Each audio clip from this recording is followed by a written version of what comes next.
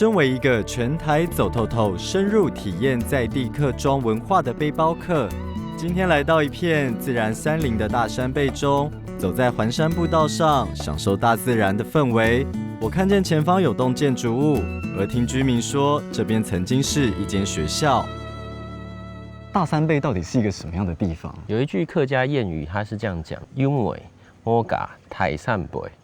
上下都嘴，下下都背。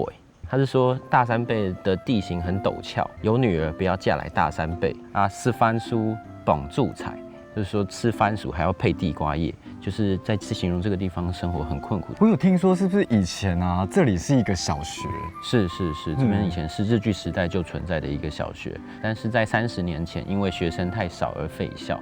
那我们就把这个地方以前小学的元素再把它找回来，把课桌椅做重新的彩绘，甚至我们把菜单做成考卷。哇，好特别哦！要吃饭之前一定要先考完试才能吃饭。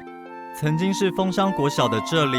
处处能看到曾经是学校的踪迹。凯勇发挥创意，将旧建筑与闲置空间再利用，把原本就有的日式建筑特色、就有的教室环境，让废校后空荡的此地，用创意巧思让这里再活化。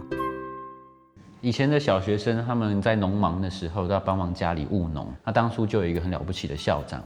看到这些孩子没办法去学校上课，很可惜，所以就告诉这些家长说：你们让孩子进教室上课，校长来帮你们放牛。那个时候还没有农药，农田里面都是虫害，日本政府就规定每个小学生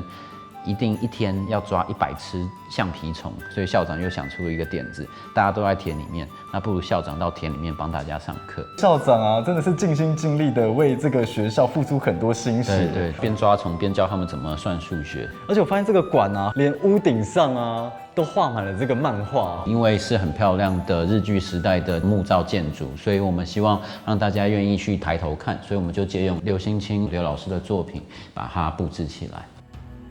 空间设计透过曾就读这里的刘兴清老师的漫画，讲述丰商国小校长的美丽故事，善用活化原本校舍建筑，让每个角落处处充满艺术设计感，并运用客庄当地食材来做创意料理，用艺术巧思让丰商国小展出新的生命。